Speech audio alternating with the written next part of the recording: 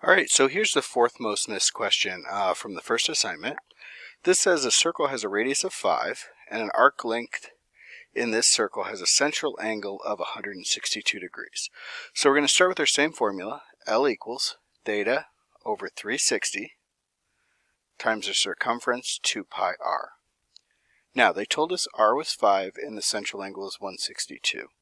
So I've got 162 over 360 times 2 pi times 5. Now, if I clean that up a little bit, I believe 162 over 360 will reduce for us down to 9/20ths. And you've got a 10 pi from the 2 pi times 5.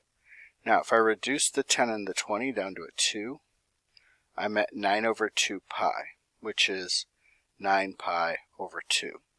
So one acceptable answer is 9 pi over 2.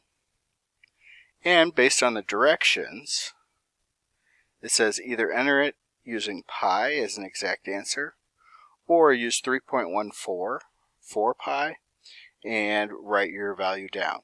Now, this is a situation where if you use the pi button, it may actually give you an incorrect answer. So we need to actually take 9 halves, which is 4.5, multiply that by 3.14. So I got 4.5 times 3.14, and that gives me 14.13.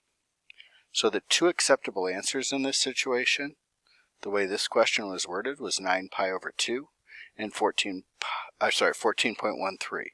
Now, in a realistic situation in a test for my class, 9 pi over 2 would be the ideal solution.